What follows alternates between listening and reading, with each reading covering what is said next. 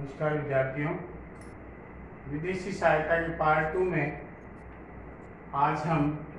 विदेशी सहायता के विपक्ष में तर्क देखेंगे। इससे पूर्व व्याख्यान में मैंने विदेशी सहायता का अर्थ, विदेशी सहायता की विशेषताएं और विदेशी सहायता के पक्ष में तर्क हमने देखे थे। देखिए, इससे पूर्व व्याख्यान में मैंने आपको बताया था विदेशी सहायता किसी भी राष्ट्र के द्वारा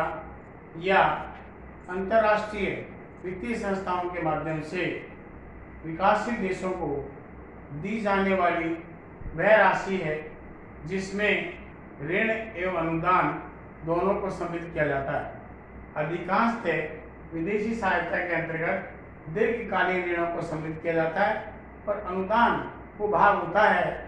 कुल विदेशी सहायता का जिसे वापस लौटाने की आवश्यकता नहीं होती। अधिकांशतः विकसित राष्ट्र विकासशील देशों के आर्थिक विकास को गति प्रदान करने के लिए, रोजगार के अवसर बढ़ाने के लिए, उनकी राष्ट्रीय आय और प्रति व्यक्ति आय को बढ़ाने के लिए जो है तो गरीबी मिटाने के लिए इस प्रकार की विशिष्ट प्रकार की आर्थिक सहायता प्रदान करते हैं। मैंने आपको इसके पक्ष में जो तर्क बताए थे कि किसी भी देश की आर्थिक विकास के लिए, बेरोजगारी को दूर करने के लिए, गरीबी को दूर करने के लिए, आर्थिक विषमता को कम करने के लिए, भुगतान संतुलन की प्रतिकूल असाम्यता को कम करने के लिए विदेशी सहायता का अपना महत्वपूर्ण स्थान होता है। लेकिन इसका तात्पर्य यह नहीं है कि विदेशी सहायता किसी भी राष्ट्र के लिए हमेशा ही लाभप्रद हो। इसके विपक्ष में कुछ प्रसिद्ध जो विशेषज्ञ हैं या अर्थशास्त्री हैं वो अपने तर्क देते हैं और वो इस प्रकार से सबसे पहला जो इसके विपक्ष में तर्क दिया जाता है कि हमेशा ही आर्थिक सहायता या विदेशी सहायता जो है वो लाभप्रद नहीं होती और उसका सबसे पहला तर्क है economic exploitation of a country. यानी ये कहा जाता है कि विदेशी सहायता किसी भी राष्ट्र के आर्थिक शोषण का मुख्य अंग मानी जाती है, योग कहते हैं मुख्य जो है टूल माना जाता है। देखिए, विदेशी सहायता मुख्यतः विकसित राष्ट्रों के द्वारा विकासशील राष्ट्रों को दी जाती है। ऐसी स्थिति में आजकल जो बदलाव आया है गत वर्षों में वो ये है कि जो भी विदेशी सहायता दी जाती है वो कंडीशनल होती है, यानी पर्पज वाइज होती है। जिस उद्देश्य के लिए, जिस कार्य के लिए, जिस प्रोजेक्ट के लिए ये सहायता दी गई है उसका प्रयोग उसी के लिए करना पड़ता है। ऐसी स्थिति में जब विकसित राष्ट्र विकासशील राष्ट्रों को इस प्रकार की किसी विशिष्ट प्रोजेक्ट के लिए अगर सहायता देता है तो वो अपने विशेषज्ञ भी वहां पर नियुक्त करता है और जब उन विशेषज्ञों की वहां नियुक्ति हो जाती है तो वो क्या करते हैं, धीरे धीरे अपना स्थान बना लेते हैं और वो उस देश की जितनी भी नीतियां हैं उसको बनाने में, जिस प्रोजेक्ट के लिए, उसमें वो अपना हस्तक्षेप प्रारंभ कर देते हैं जिससे उस राष्ट्र का जो आर्थिक शोषण होना प्रारंभ हो जाता है। नंबर 2 है पॉलिटिकल अटैचमेंट, यानी जो है एक प्रकार से विदेशी सहायता के लिए कहा गया है कि ये राजनीतिक बंधन को बढ़ावा देती है। राजनीतिक बंधन का मतलब ये है कि जब कोई, क्योंकि ये सभी सहायता विकसित राष्ट्रों के द्वारा दी जाती है इसलिए विकसित राष्ट्र वहाँ की राजनीतिक सत्ता पर अपना वर्चस्व या प्रभुत्व जमाने का प्रयास करते हैं और जितने भी निर्णय होते हैं, आर्थिक निर्णय जो होते हैं वह अपने पक्ष में करवाने का प्रयास करते हैं। इससे देश की जो सार्वभौमिकता है या संप्रभुता है वो धीरे धीरे खतरे में होना प्रारंभ हो जाती है क्योंकि वो वहाँ की राजनीति में अपनी क्या करते हैं, पकड़ बना लेते हैं। नंबर 3 है प्रॉब्लम ऑफ इंटरेस्ट पेमेंट। देखिए, विदेशी सहायता की बात करें तो विदेशी सहायता वो सहायता है जो कि विकसित राष्ट्रों के द्वारा विकासशील राष्ट्रों को दी जाती है। ऐसी स्थिति में इतनी बड़ी सहायता हो जाती है, लगातार हर वर्ष अगर ये सहायता दी जाती है तो इतना बड़ा इसका आकार हो जाता है कि इस पर होने वाला जो ब्याज है उसे चुकाने के लिए भी विकासशील राष्ट्रों को ऋण लेना पड़ जाता है और ऐसी स्थिति में इस प्रकार का जो डेब्ट बर्डन है जिसको ऋण भार कहते हैं और ऋण भार में मुख्यतः उसका ब्याज आता है। मूल तो जो है बहुत दूर की बात है, ऋण राशि चुकाने में भी जो है विकासशील देशों को अनेक कठिनाइयों का सामना करना पड़ता है। उसके बाद है असंतुलित विकास। देखिए, जो भी विदेशी सहायता दी जाती है तो विदेशी सहायता के अंतर्गत जो पैसा आता है या विदेशी कंपनियां उस विकासशील देशों में आकर के निवेश करती है, पूंजी का निवेश करती है, तो वो निवेश इस प्रकार का होता है उसी जगह पर करती है जहां पर उसको लाभ हो, यानी ऐसे क्षेत्रों में निवेश करती है। तो एक प्रकार से ऐसे उद्योग धंधे तो पनपने शुरू हो जाते हैं जिसके लिए वो निवेश कर रहे हैं, लेकिन ऐसे उद्योग धंधे जिन पर निवेश नहीं किया गया, जिन्हें पूंजी नहीं मिली है, वो डेवलप नहीं हो पाते, इसलिए वन साइडेड इकोनॉमिक डेवलपमेंट होना शुरू हो जाता है, यानी इम्बैलेंस हो जाता है। आर्थिक विकास जो है उसमें संतुलन नहीं रहता बल्कि असंतुलन हो जाता है। एक क्षेत्र विशेष जो है वो विकसित हो जाता है, जबकि या एक उद्योग का जो क्षेत्र है वो विकसित हो जाता है, जबकि दूसरे उद्योग जो है वो पिछड़े रह जाते हैं। उसके बाद में पॉलिटिकल जो है प्रेशर इस पर रहता है। देखिए, ये अक्सर देखा गया है कि विकासशील देशों को जो सहायता मिलती है, विकसित राष्ट्र क्या करते हैं, धीरे धीरे उस पर पॉलिटिकल प्रेशर बनाना प्रारंभ कर देते हैं, क्योंकि विकासशील देश में की विशेषता है कि वो गरीब होते हैं, वो शोषण का पर्याय माने जाते हैं, उनके पास में आर्थिक संसाधन या पूंजी नहीं होती, और ऐसी स्थिति में जब उनको विकसित राष्ट्रों के द्वारा ऋण राशि या अनुदान राशि दे दी गई है तो वो क्या करते हैं, उनके दबाव में आ जाते हैं, उनकी सत्ताएं दबाव में आ जाती है, और जैसा वो कहते हैं उनके अनुसार वो अपनी आर्थिक नीति, व्यापार नीति, विदेशी जो विदेश नीति है उन सब में आमूलचूल परिवर्तन अपने हितों के हिसाब से करवा लेते हैं, और इसलिए जो है विकासशील देशों को इससे हानि होने लगती है। फिर आता है अनफेवरेबल टर्म्स ऑफ ट्रेड,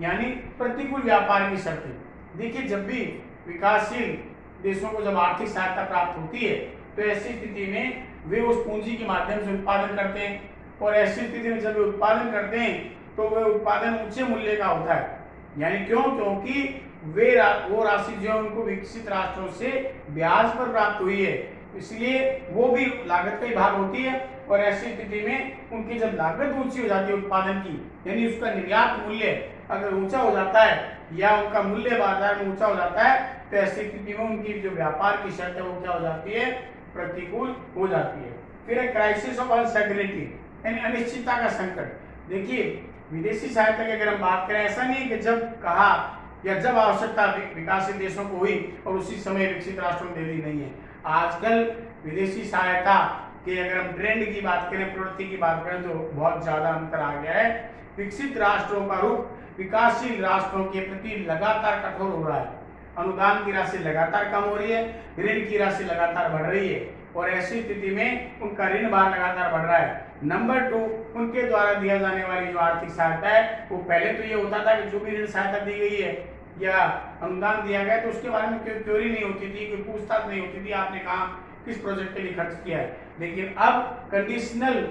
जो है वो गारंटी रेट दी जाती है या कंडीशनल लोन्स दिए जाते हैं, ऋण भी और अनुदान भी, कि आपने जिस पर्पज के लिए लिया है उसको उसी पर्पज के लिए आप खर्च करेंगे,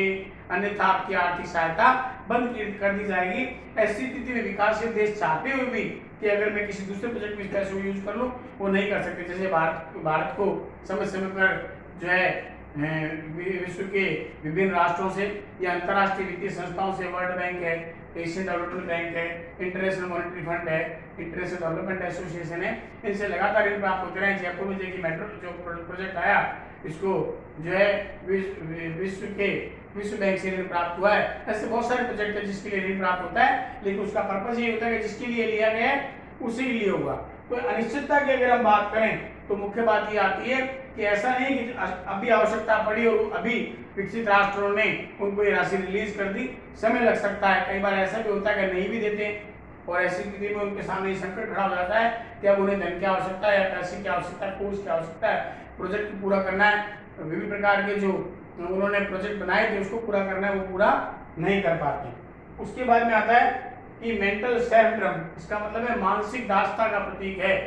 हर नागरिक के, विकासशील देशों के हर नागरिक के दिमाग में रहता है कि हम ऋणी हैं, क्योंकि टोटल विदेशी ऋण को अगर हम जनसंख्या से भाग दें तो हम पाएंगे, भारत के संदर्भ में अगर देख लें कि भारत की जितनी जनसंख्या है उसको टोटल जितना हमने विदेशी ऋण ले रखा उसका भाग दें तो हर व्यक्ति जो है वो 20 से 30 हजार रुपए के आधार पर क्या है, कर्जदार है, यानी उस पर विदेशी ऋण चढ़ा हुआ है। तो उसको लगता है कि हम दूसरे देशों में निर्भर है, हमारी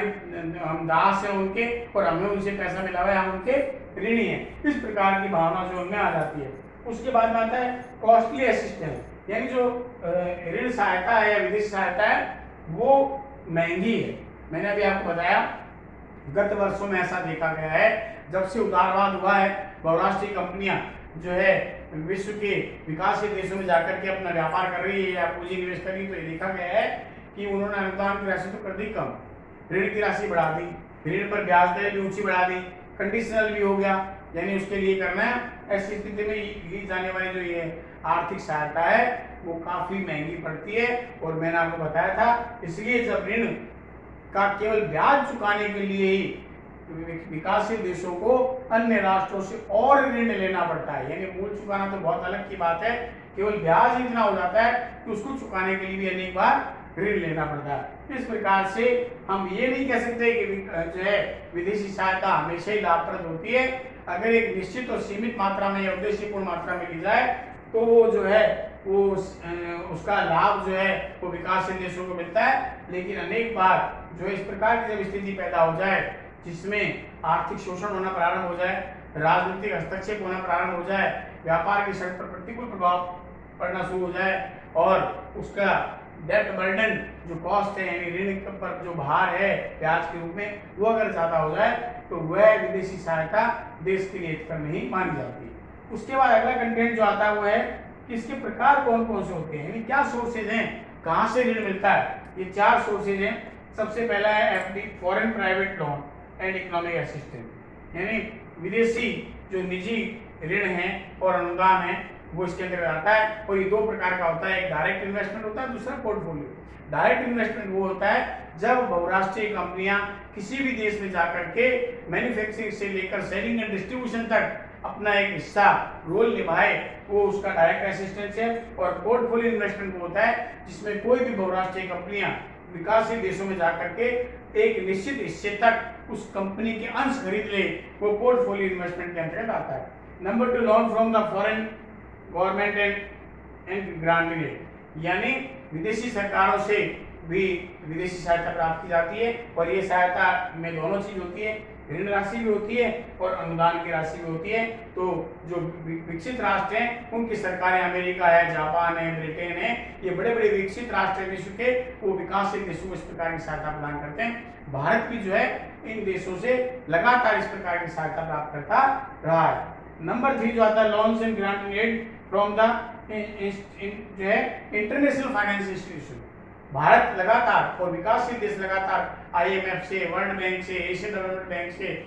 अंतर्राष्ट्रीय विकास संघ से लगातार जो है आर्थिक सहायता प्राप्त करता रहा है। ये सहायता भी पर्पस वाइज मिलती है। बहुत सारे बड़े बड़े प्रोजेक्ट जो भारत ने पूरे किए हैं वो इसी आर्थिक सहायता के माध्यम से जो है वो किए गए हैं। उसके बाद में एक्सटेंशन ऑफ कॉमर्शियल बोरोइंग, यानी बड़े बड़े जो राष्ट्र हैं उनके व्यापारिक बैंकों से भी इस प्रकार की आर्थिक सहायता जो है या विदेशी सहायता जो विकासशील देशों के द्वारा प्राप्त की जाती है। इस प्रकार इन 4 स्रोतों के माध्यम से कोई भी विकासशील राष्ट्र जो है आर्थिक सहायता प्राप्त कर सकता है।